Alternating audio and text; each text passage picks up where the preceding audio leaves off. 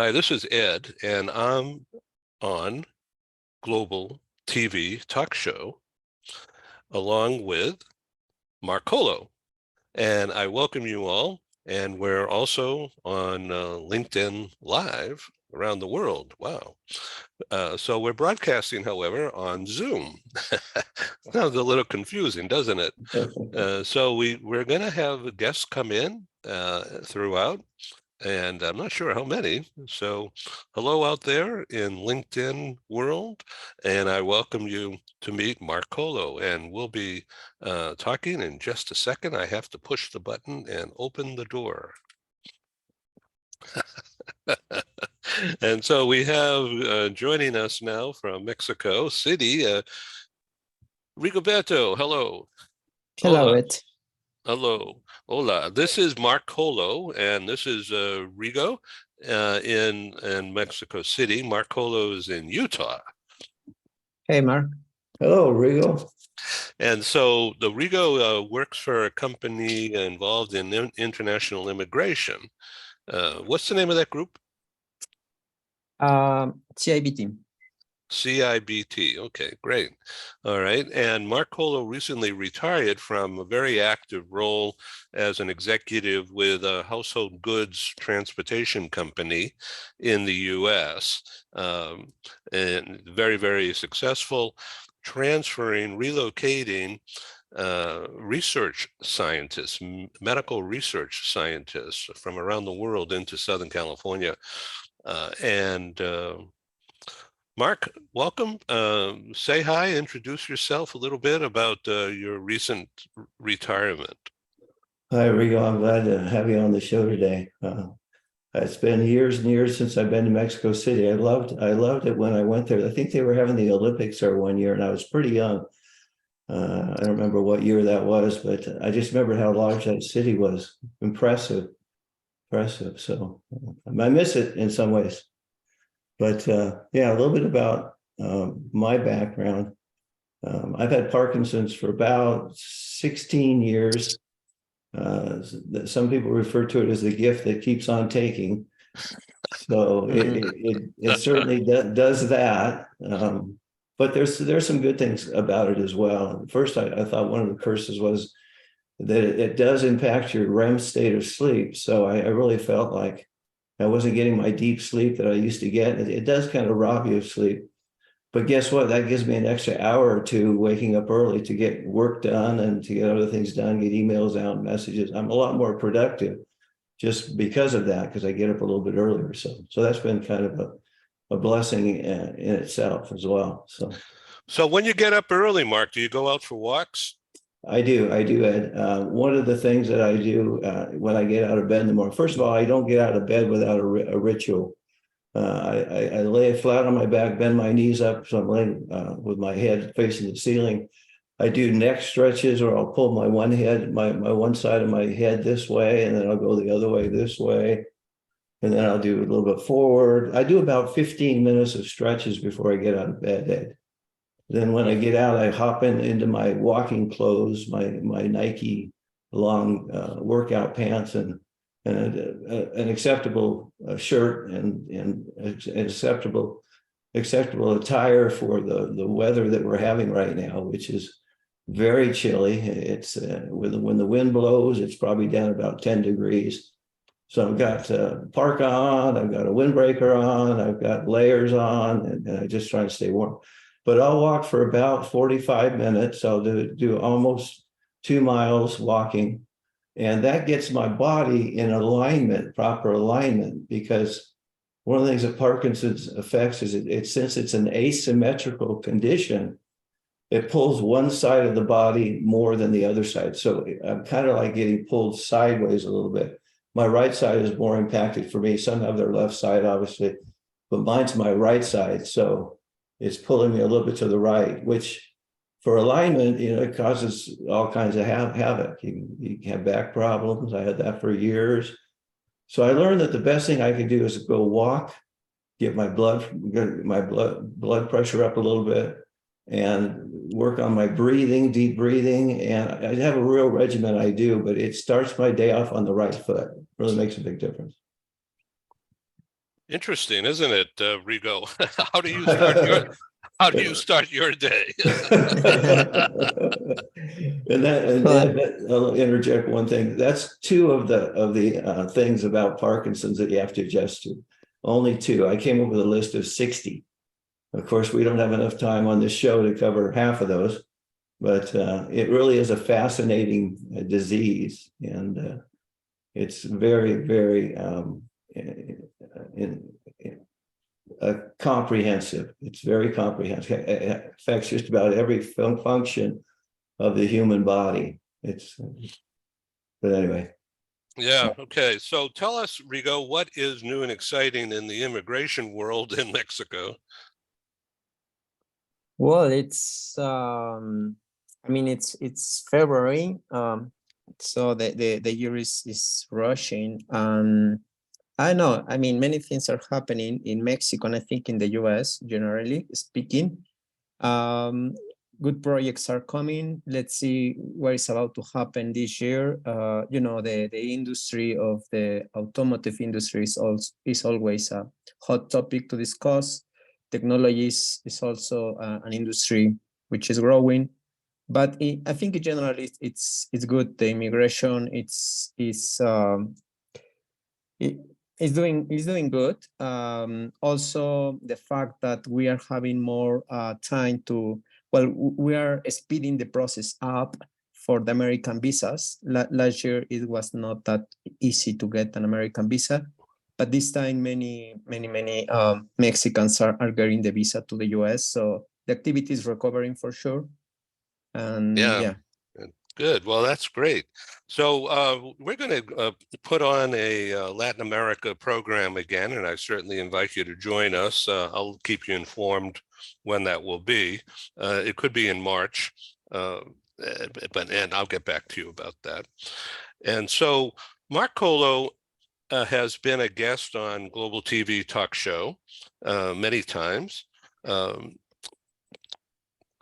As a broadcast host, I have to stop using and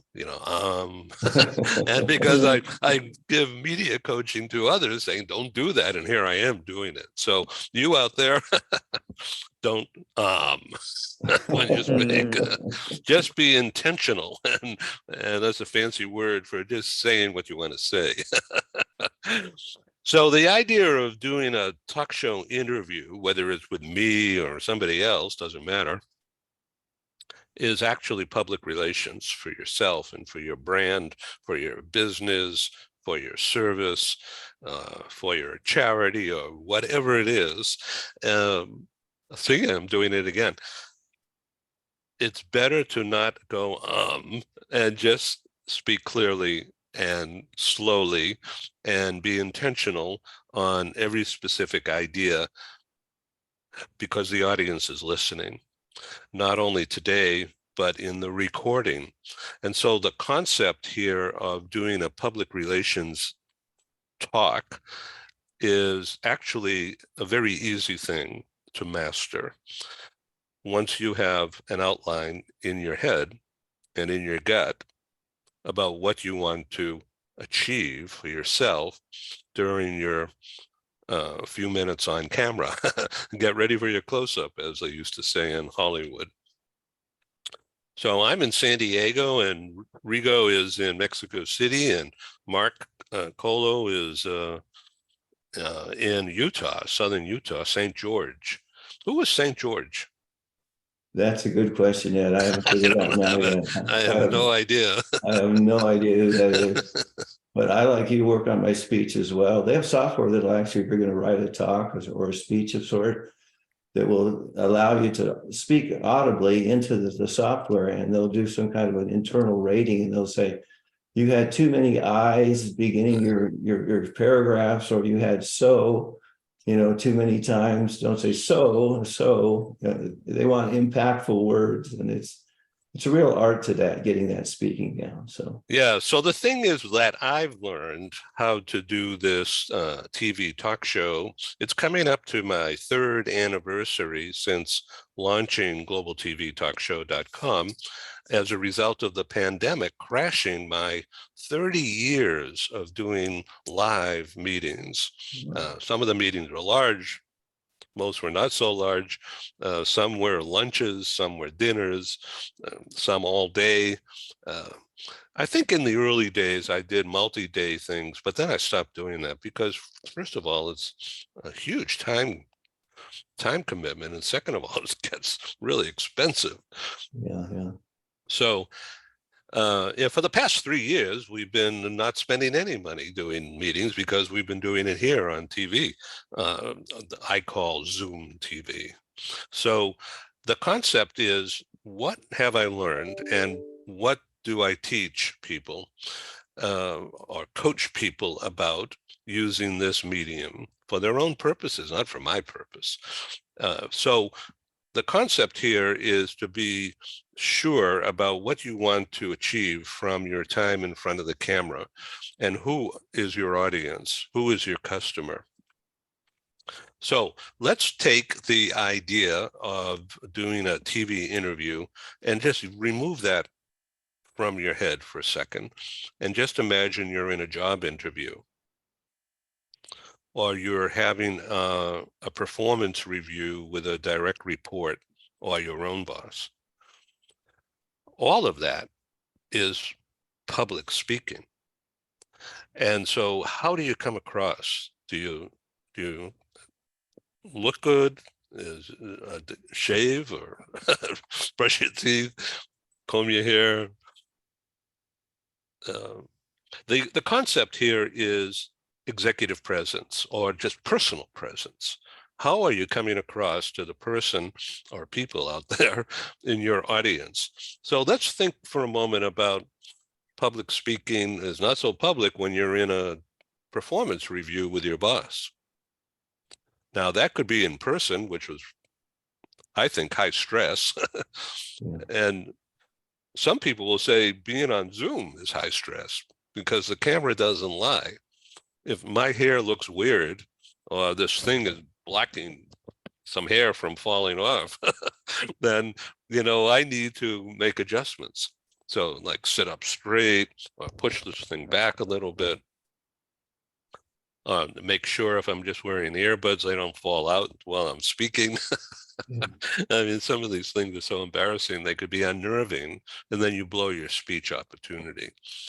So it's an opportunity when you're doing public speaking, or whether you're in a performance review, or whether you're on a stage live and there's 1,000 people sitting there in the audience in the convention center. How do you come across? Mark Colo has done TED. Rigo, I've never done TED. Have you? Never. TED Talk. Just TED Talk, yeah. TikTok is popular. Yeah. Yeah, So no, what's never. Mark? What is TEDx? Well, TEDx is probably one of the largest platforms there is in the world to get your message out. I mean, it's a huge platform, and I enjoy watching TED Talks because I like the topics that these individuals speak on, and they hone their speech down to a science, and they've given it probably many times prior to the actual performance on stage. But it's a real process to get in and participate with TEDx. And you have to go through a passing. It's kind of like, what was it? What was that show where they have So You Think You Can Dance, or one of these other shows where you have judges, right? Judges who are watching you perform, and they're giving you the thumbs up or the thumbs down, and it's kind of nervous time when you have to do that. Now, the challenge for me with my condition is I've got what's called a resting tremor. It's a symptom it's probably the most common symptom of Parkinson's. But what it is, it's a shake where your body shakes and you can't control it. And the interesting thing about it is if you try to control it, it intensifies. Oh, no. So it's a mind game. It's a mind game. So if you're up giving a speech or in front of an audience you're trying to get an important message across and you're shaking, people say, oh, he's pretty nervous up there.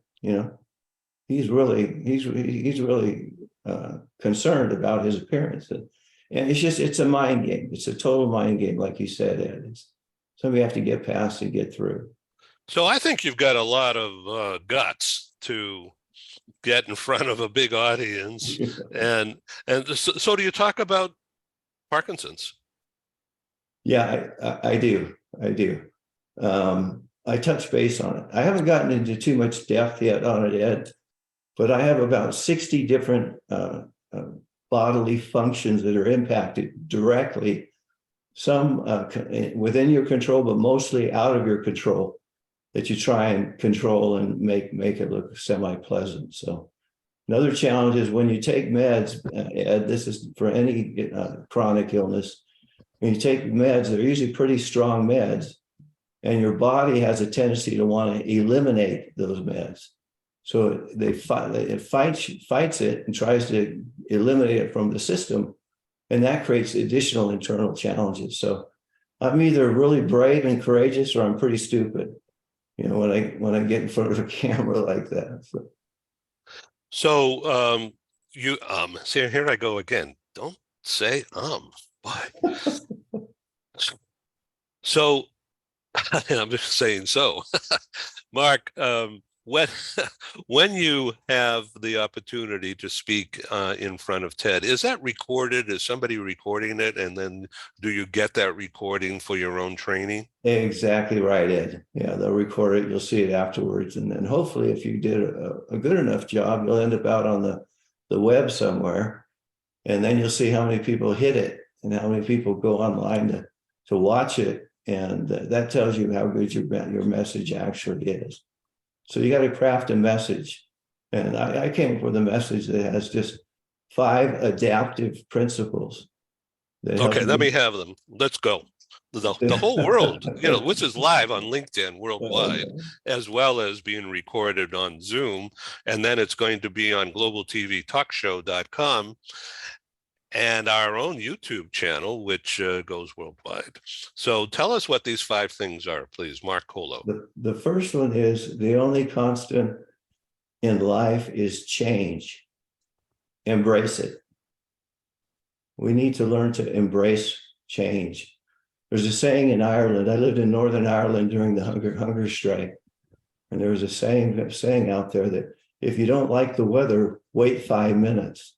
Yeah, well, they used to say that in Boston, where I'm from.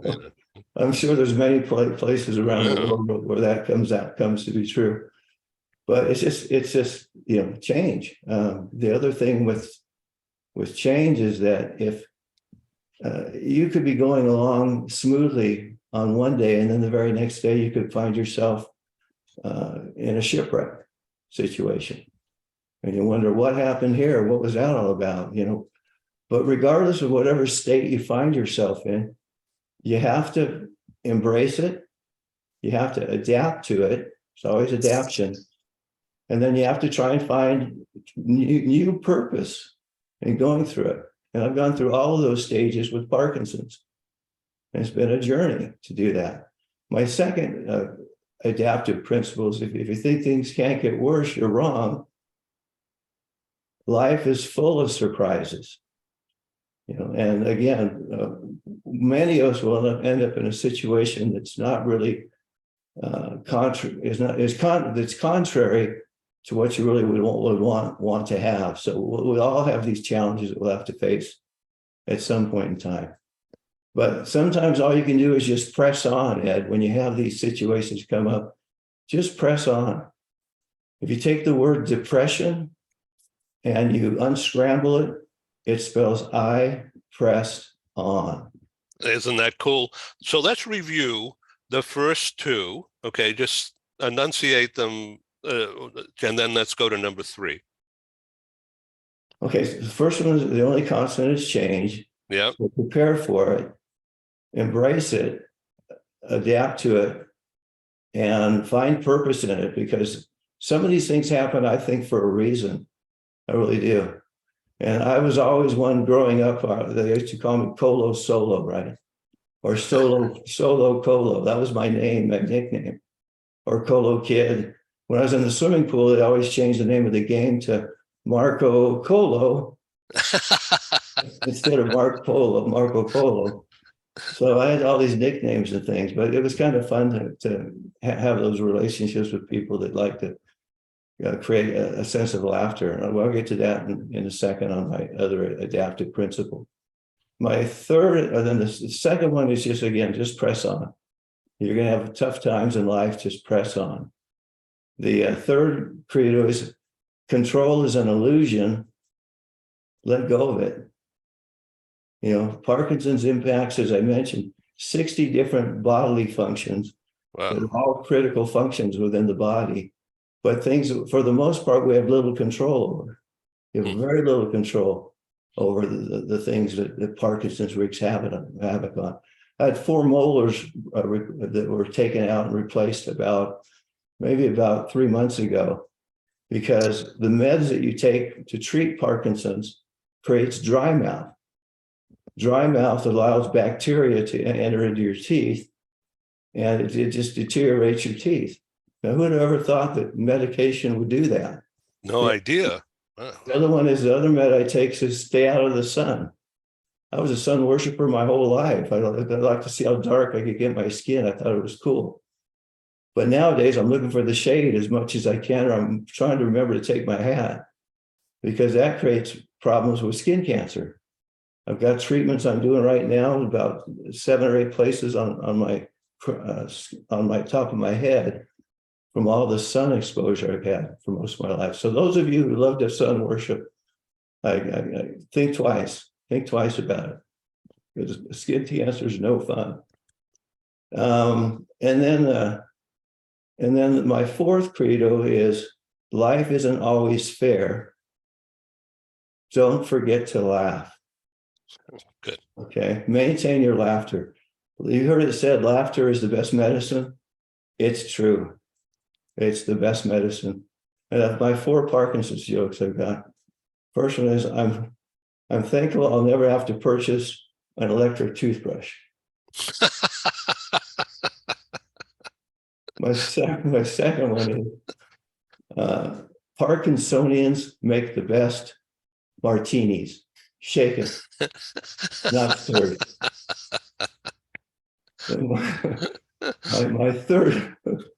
My third joke is, if Michael J. Fox were caught in a 9.0 magnitude earthquake, would he stand perfectly still? That's a deep one. And then my last humor, Parkinson's humor, is I actually was involved in the moving and storage business for 40 plus years. Never in a million years would I ever anticipate I would one day be called a mover and a shaker. So let me ask you a question about dancing. Do you ever get on the dance floor and do the jitterbug? Yeah, no, but that's a good. I'll write that on my to-do list, Dad. I'll put that down. Rock around the clock, you know. Oh, well, I love your sense of humor, my friend, and you're an inspiration. You got to laugh. My last one, this ties in a little bit, Ed, to what you've mentioned before on your previous shows. My last one is, there are no coincidences in life, just miracles. See the miracle. A lot of times things will happen, we say, boy, that's amazing that happened. What are the chances of that? You know, tremendously odds against it. But sometimes if we stop and look at it in a different light, you could see the miraculous involvement with that situation and be much more grateful for what you've experienced. I had a call one morning from a woman named Diane. She was a purchasing manager for UC Irvine in Southern California. And she was calling to inquire if I did laboratory moves in my moving and storage business. And I said, oh yeah, sure, I do, Diane. I do those all the time. He says, what's up? She said, well, I've got a guy I've got to move. We're moving him from Georgetown University, which is DC area, to our campus here in Irvine, which is about 2,650 miles away from the 2 points. And this guy, Mark, is going to be my boss's boss. So if you mess this up, I'm going to lose my job. I said, oh, Dan, I get it. Okay, don't worry, I'll take care of it. We ended the call. I called Howard and I asked him my favorite question that I asked high-level executives about their relocation. I said, Howard, what's your biggest concern about your relocation? And then I just shut up. He said, thank you for asking me that. He said, I have 13 cryogenic freezers with 40,000 brain samples of individuals who passed away with Alzheimer's and Parkinson's. He says, that's my life's work. He said, furthermore, if the temperature in those freezers, in those cryogenic freezers, if it raises or decreases by more than 3 degrees, it will compromise my samples. I can't afford for that to happen. Mark, will you guarantee me that that won't happen? Well, after I picked myself up off the floor and composed myself, I said, Howard, you'll be pleased to know I have a vested interest in getting you out here in great shape. Howard said, can I ask what that is? I said, certainly. I have Parkinson's. He went quiet for about 4 or 5 seconds. And as the gentleman he is, he said, following that, would you tell me about it? Now, I later learned Howard was probably in the top 5 people on the planet that understood Parkinson's. He could write an encyclopedia on the subject, but he was so kind that he said, tell me about it. It really raised his value in my sight. So that was quite an experience. I'm happy to report I got all of his samples out intact on time without a single problem.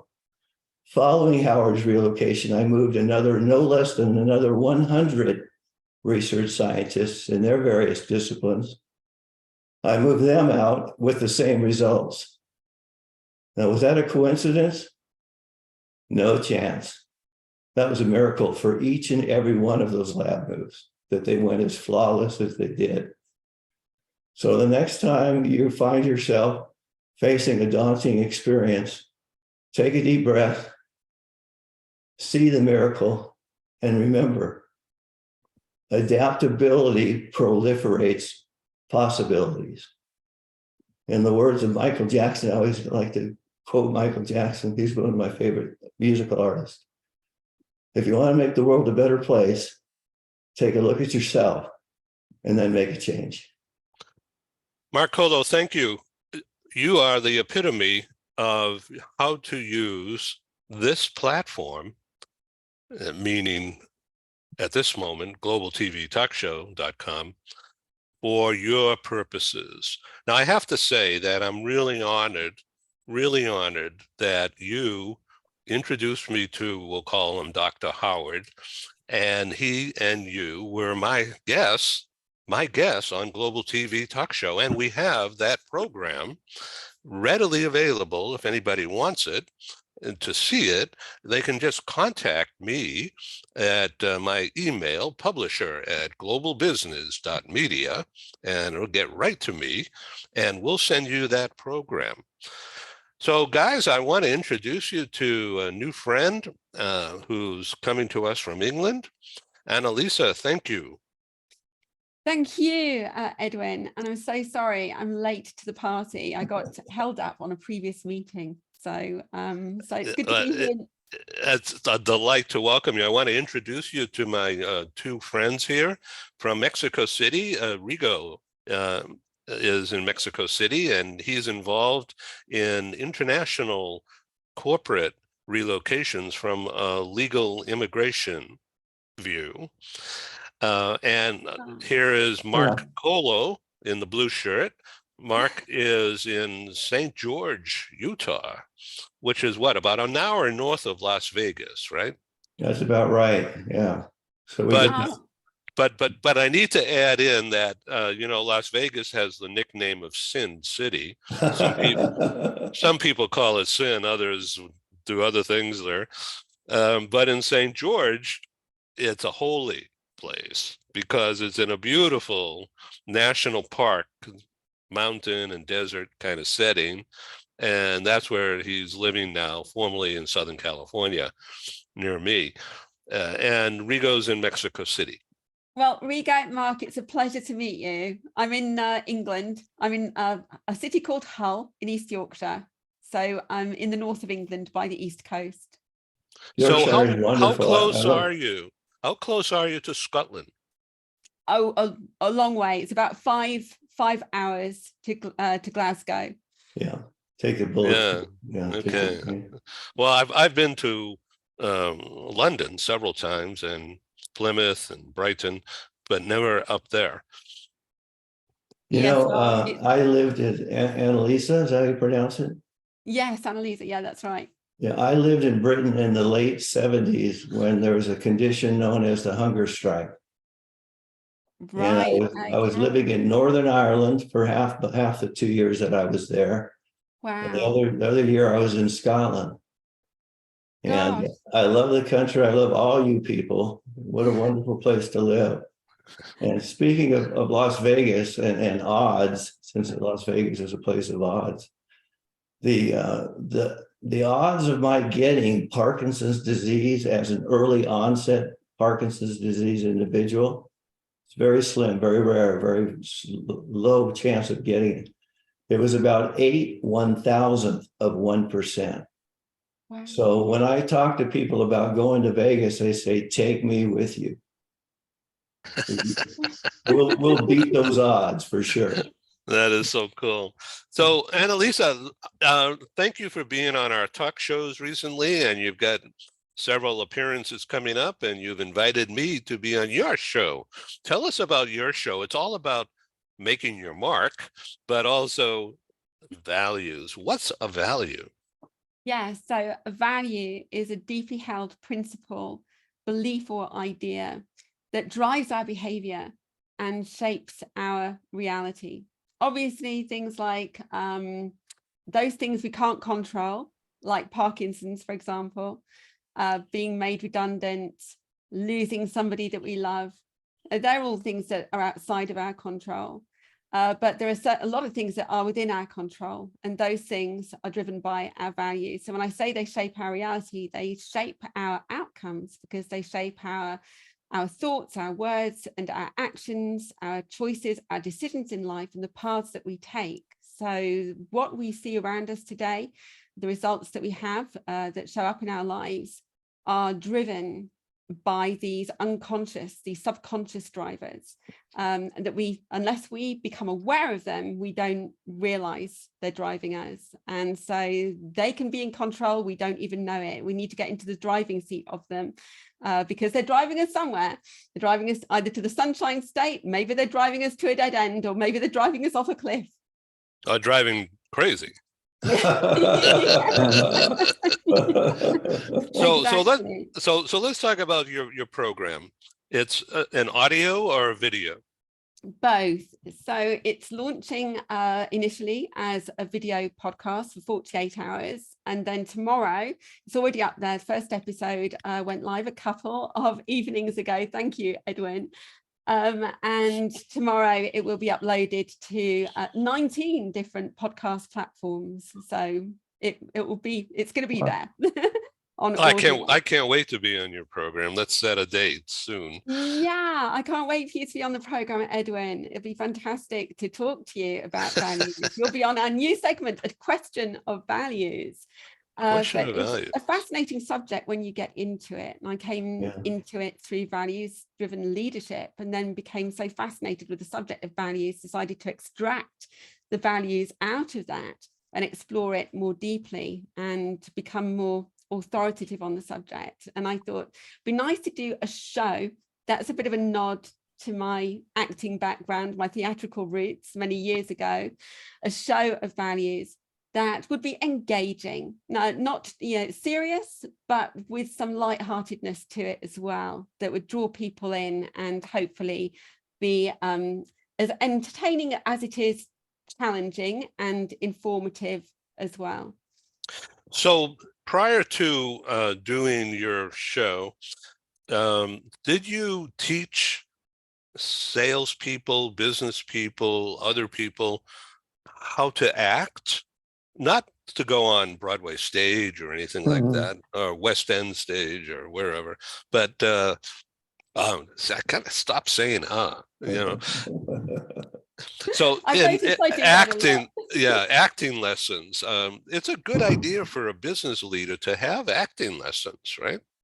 I think there are a lot of transferable skills that you get from having an acting background. Listening well to people is one of those. And all of the body language, the visual cues, I should say, not clues, well, clues or cues, and being able to read people, being able to pick up the subtext and listen to as much to what is not being said as what is being said. So I think, and of course, teamwork and working together. So yes, there are a lot of skills that come out of acting, and of course the voice and presentation skills. But have I actually done that in the workplace? No, I haven't. I can say that I've taken those skills that I've got, and when I was working in employment, I did utilize those. So when you've been an actress, you're a student of human behavior, and that doesn't stop. So that becomes part of your mindset. You're looking at relationship dynamics in the workplace. You're looking at leadership and management styles. And of course, I picked up on those, and those were one of the things that informed what I do today. I mean, there are many things that did, but those key things, watching managers and leaders and how they affected other people in the organization informed what I do. And I wanted to do something to change that. But I haven't actually trained or taught people in business those skills. Maybe that's something I should consider. So I wanted to bring, I can't stop saying that. You out there, don't use Rigo, how is your day going today, other than being here? I mean, it's wonderful.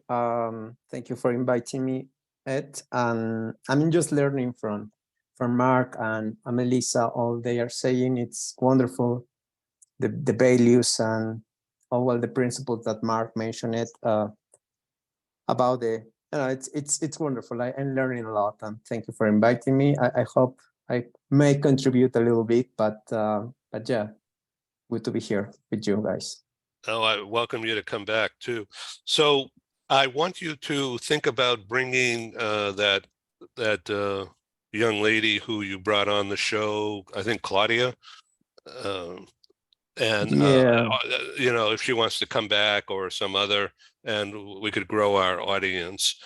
Annalisa, in your quest for new business, how are you marketing your program? Because it's a business, right? It's you have to pay bills. Everybody does. I do. And I'm constantly looking for sponsors and advertisers. I can't say, you know, I can help you by putting you on TV, and I can help prep you and coach you in what public relations is all about and what to do and how to do it. But it's up to you. You have to do it, and you have to learn the techniques of speaking and looking at that green light right in front of you, rather than looking around and going, oh, like that, and scratching here and there. You know, there's do's and don'ts.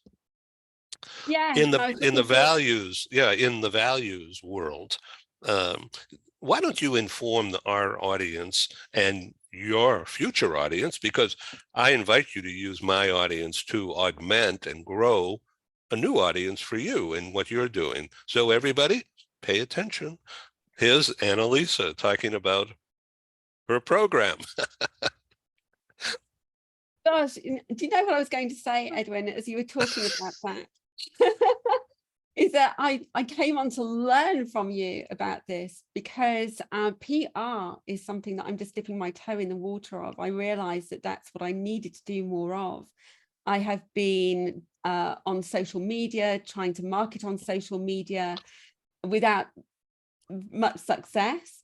And I really need to be either picking up the phone directly. What, to when you organizations. say without much success, you mean a direct recognition of somebody who saw you, heard you, and then they began paying you to do something. Exactly. Yeah, It doesn't work that way. It does not work that way. I wish it would, but it doesn't work that way. It's a rarity. Yeah, Yeah. exactly. That has never happened in all the years that I have been on LinkedIn. But yeah, yes, you see, I do it, I pick it up all the time. I notice that I do it not just when I'm speaking, but habitually in real life as well. So I'm trying to get out of the habit, because once you realize you're doing it, you just can't. Yeah, it becomes a distraction. Okay, let's get nervous. We have 10 minutes left. No, actually, we can go longer. Okay, there's the pressure. So I'm keen to learn from you, Edwin, though. I'm really keen to learn from you about this. And this is why I came on today, because I want to listen and to learn more than I do just to talk. So it's wonderful of you. And I really appreciate you giving me the platform to talk about it. But I would love to learn how I can be more effective at selling myself and what I do.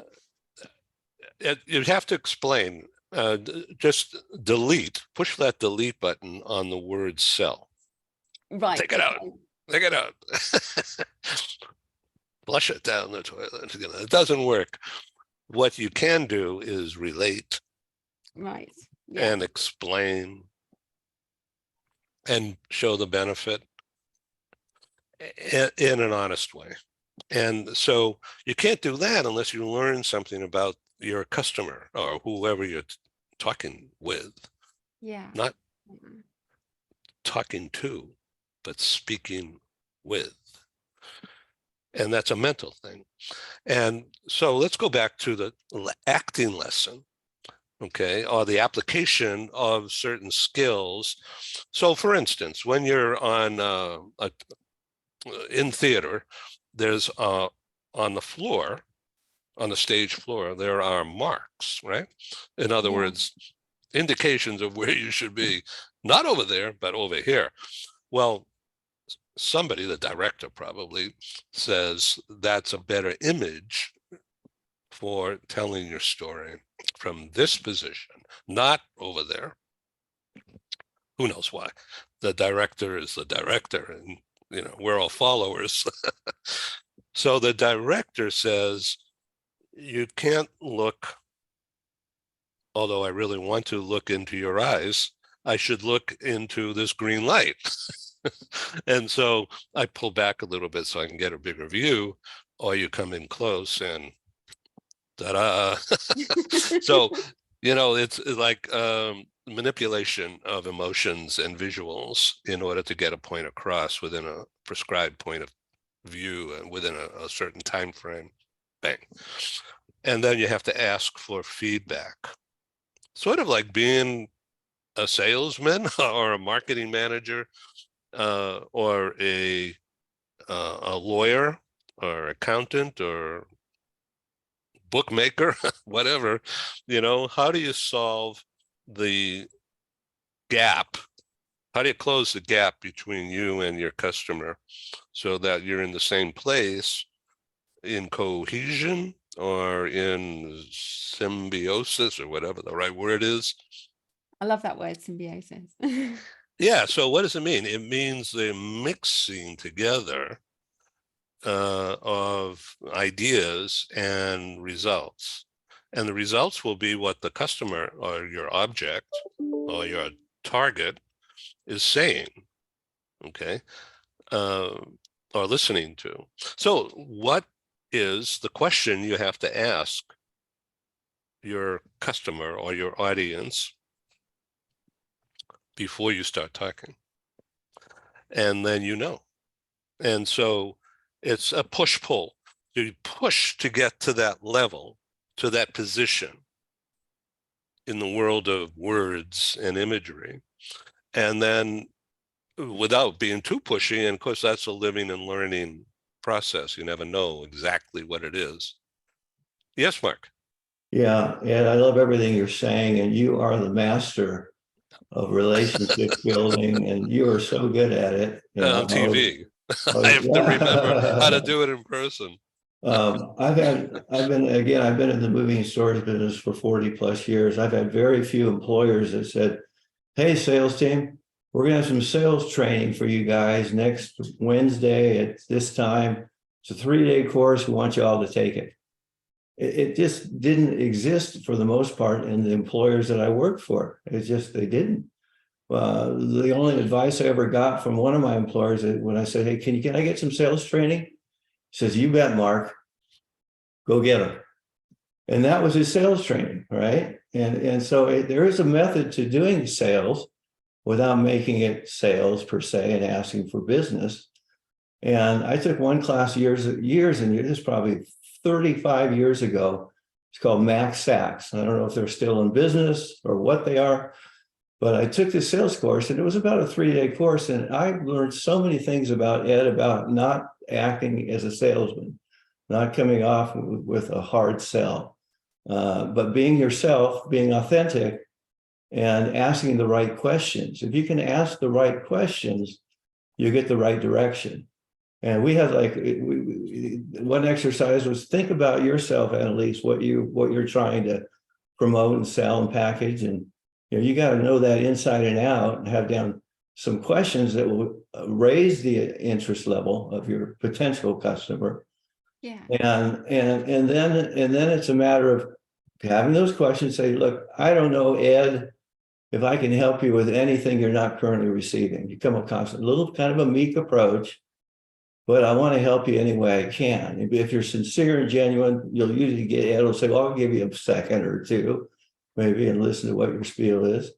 Then if you ask the right questions, you can say, I began our conversation with, I didn't know if I could do anything for you, but you know what? In our brief conversation here, I found 7 or 8 things I could really strengthen or improve for you. Now, if these things, and then you try and repair it back what those things were, and those came directly from the customer, from the questions, and then you say, if all this meets with your approval, is there any reason we can't handle your next move? Real simple statement, but you're asking them to say no, and they want to say no, right? I'm giving away an industry secret here, probably. But you say, "Is there any reason we can't handle your next move?" And then they say no, then you go, "Oh, great." And then that's where your acting comes in. "That's fantastic. I'm so excited," And it is an acting process to sell customers, but it's a methodology that you have to get into your program. So that's my 2 cents. That's brilliant. Thank from you. My 40 years of selling, whatever. I want to get back to Annalise in a second. Mark, Yeah. time is short here. Yeah. What would you tell me if I tell you that I have Parkinson's? I don't, but how would you help me understand what I have to do to get over that hump, that cross that dangerous river of unknown and fear? That's a great question, Ed. I would tell you 2 things. Number 1, I tell you, buy a copy of my book, Peace with Parkinson's. Subtitle, it's called Arresting Tremor, Not an Earthquake. I would first and foremost recommend that they get that book. I have had more calls from individual spouses who called me, somehow got my number and called, said, "Mark, thank you for writing that book. My husband opened it up. He read it in one night. He couldn't put it down." So there's some grassroots things I put in that book where if you give it to a newly diagnosed Parkinson's patient, they're going to get some value from reading that book. Peace. My own transition. Number two, I wrote a second book that's about having high goals, setting high standards, and going to achieve those. It's called The Noble and Great Ones. And the subtitle, it's not about proportions, it's what's in the glass that matters most. So it's not like my glass is half full, my glass is half empty. It's who you are as a person. And how do you find out who that is? Dig down deep and find out what's the right path for you. And then having the courage to go through that. The book it took me a long time to write that book, but I took individuals like Michael Jordan, how he could climb to be the best, I think, the best basketball player ever by his tenacity and his skills. And he worked hard for it. And then you got Roger Federer. What a great tennis player. He's a gentleman. He spent more time off the court doing philanthropic things for organizations than he did on the court playing tennis. I mean, he was such a, that's why the title is The Noble and Great Ones. The sequence matters, because if you reverse that, then you get going after greatness, but you put nobility under the carpet. And so nobility has got to come first, that focus on nobility, so that greatness can be had in the long run. So that's, Wow. I'd say read those 2 books. I love that. Thank you. Yeah, Thank you. that's absolutely wonderful. Go get the book now. Yes. I unfortunately have to end this program in about Oh. 6 minutes. Okay. So, excuse me. We want to welcome you out there in TV land to tune in to globaltvtalkshow.com, and it's free, and it's on 24/7, 365, nonstop, free access, nothing to sign, nothing to buy. Have a look around, and you will see a variety of programs that are geared to be helpful to a variety of people. Programs like this are designed to generate new business for me and for anyone who comes on the program. So it's not free and it's not expensive, but it's what you do with it that really counts. If you have an opportunity to do Annalisa's show or my program or somebody else's program, or be a TEDx speaker like Mark, I've never done that. And I don't know whether so when I was a kid, I had a speech impediment. I stuttered, not 100% of the time, but a lot.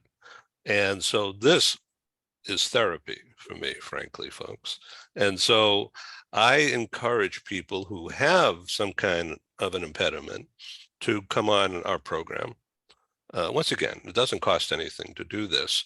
We make money by selling ads and sponsorships. But if you do want to pay me, I'll give you a good rate. So the idea is to use this for your advantage. And what's your advantage? You don't have to tell me, but just think about it. And so the idea to be on a program like this is to learn and meet new people that you could use in your own life. That's a value that I have, is to enable that to happen. And so when I do programs, and I've been fortunate in coming up to 3 years doing Global TV Talk Show, 560 something programs, and Mark has been on about 498 of them. So, no, not that many, but many. But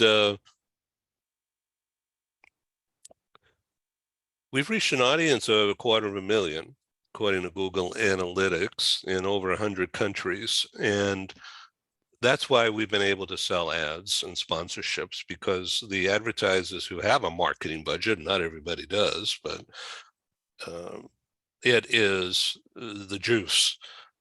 They have a marketing budget.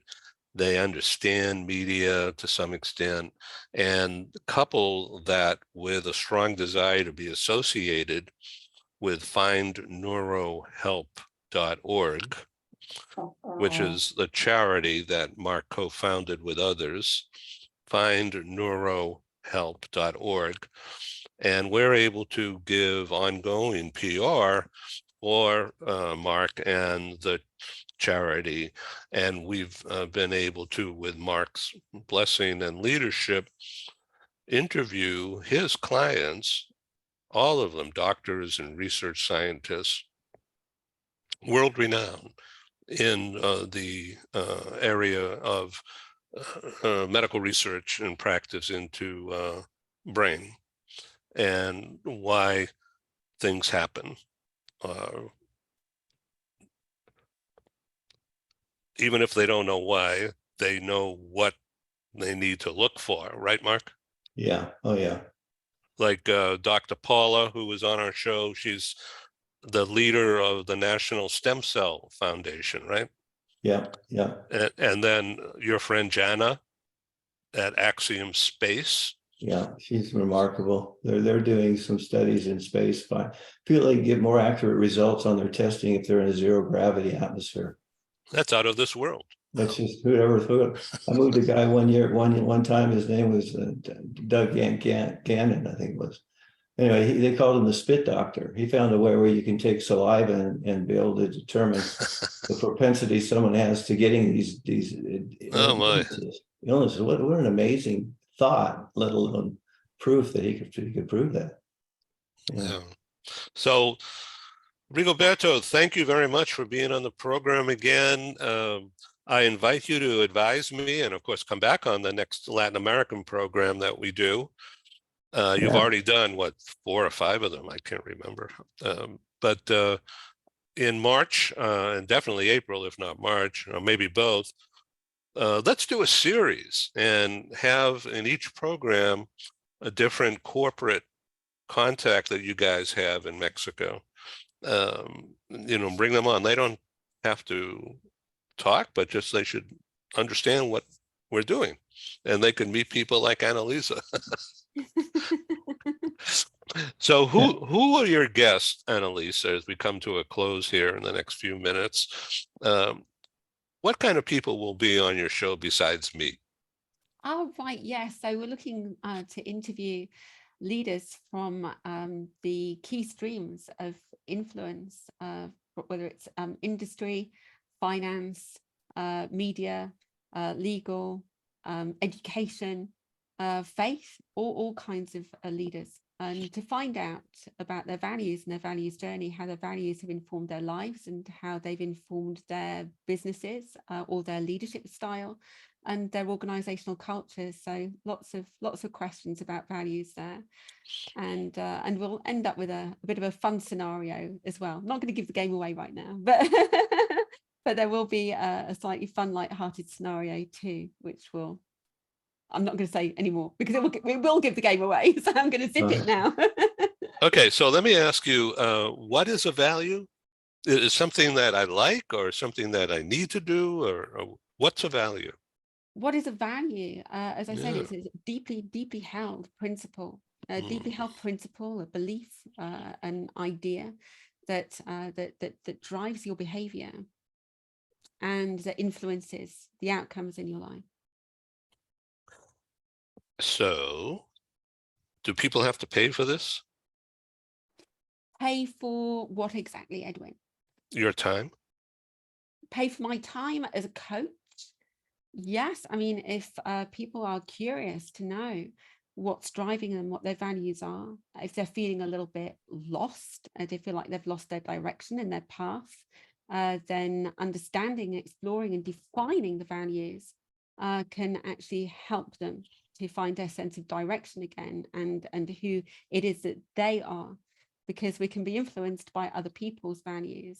If we're not in tune with our own, if we're not anchored to our own, then we can actually be at the mercy of other people's. We don't know if they're driving us and if they're actually serving us well too.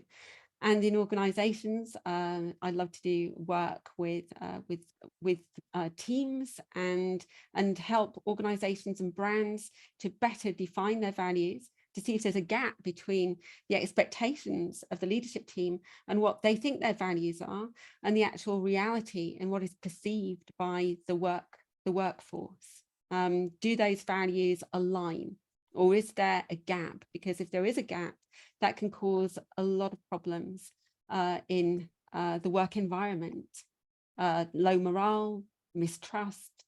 And so it's important because these things do affect growth. They might sound fluffy to some leaders who don't give them credence and think they're nice, but they're not that important. But in actual fact, what I try to emphasize to leaders and managers is that if they don't have that don't know their values, they haven't defined their values, communicated them well to everybody, made people understand what those values mean and how they affect interaction to the external stakeholder and the internal stakeholder, then that can actually lead to costs, the cost of people leaving, good talent leaving, and also the cost of litigation and the cost of a lost reputation as well. So having those values, knowing those values, communicating them and creating boundaries around them can actually save businesses a lot of money, and that will affect the bottom line. So that's why I say that I use values to help promote growth, because if you're reducing costs, you're going to get more growth, you're going to have more profit, and everybody's going to win from that. Are you targeting Generation Z? I don't know whether I'm necessarily targeting Generation Z, but definitely the work that I do will help to close the gap in misunderstandings between the generations in the workplace. Interesting. Marcolo, thank you very much for being on Global TV again, and we'll see you on Feb 22. And you and Larry Linton will do some rock and roll, right? I wonder if he's going to play the drums. Now, Larry Linton is from Canada, and I've known him over the years from the relocation business because he's a lawyer involved with immigration in Canada. And then he has Parkinson's, and he was also a runner. He reacted to be a runner, right? A marathon runner, right? And I don't know if he's still doing that, but he's gotten into playing the drums, you know, shaking, so he's playing the drums. and he's become a jazz musician, part of a rock band. And he still's doing that, isn't he? He is. If I could get my drum set out and dust it off, we could maybe do a dueling drums, right? The dueling drums. I don't know. That might be fun. I don't know. Okay, out there, if you have an affliction of some kind, come on our talk show. They're an equal opportunity talk show. I think we better stop this. Thank you for being. And Elisa, it's great to see you. Thank you for doing this. Thank you so much for inviting me again. And like I say, I'm sorry I was late to the party, but it's been a pleasure. And thank you. Nice to meet you, Annalise, and Rigo, you as well. Nice to meet you guys. I'll look you up if I get to Mexico City here soon. Okay, everybody, you can use the chat. You can use the chat down there to send each other a message while we still have like 2-3 minutes. Okay. Send your website, your email. It's the ROI of being on Global TV Talk Show is to make a new connection and let it ride. Right. Easy rider. Yeah. Send to everybody. And I thank you again for being on Global TV Talk Show. We have a number of programs coming up. And I'm just overwhelmed with all the work I have to do. But it's just really a wonderful experience. We have this massive program coming up on next week, February 22. And if anybody out there wants to join us, it'll get even bigger. And so I'll send you all the links so you can take a look at it. And we now have 18 speakers. And the thing started out to be a 60-minute show. It's now up to 100 minutes, and we'll probably go 120. So I don't expect everybody to hang out for all that time, but it'll certainly be entertaining and very, very interesting from people from across silos, from across industries, from across cultures, from across borders, from across time and space. They'll all be on Global TV Talk Show. And the theme is masterminds, all about global business and different aspects of that, and talent, about people, about talent, strategy, and tactics. And the underlying driver is creating a culture, a brand, a culture at work of caring, of well-being. Trendy word these days, but what does it mean? Well, it means mental health, it means feeling good, it means engagement, it brings people together. So we're expanding that, creating a culture for well-being to exist, not just in the workplace. And what's that mean? On Zoom or in person or both? Because it's different. And how about at home, creating a culture for well-being in relationships at home? And what about creating that culture for well-being in the communities? Thank you for being on Global TV Talk Show. Thank you. Thank you, Ed. Thank you all. you. Thank you. Thank you. Cheers. Thank you.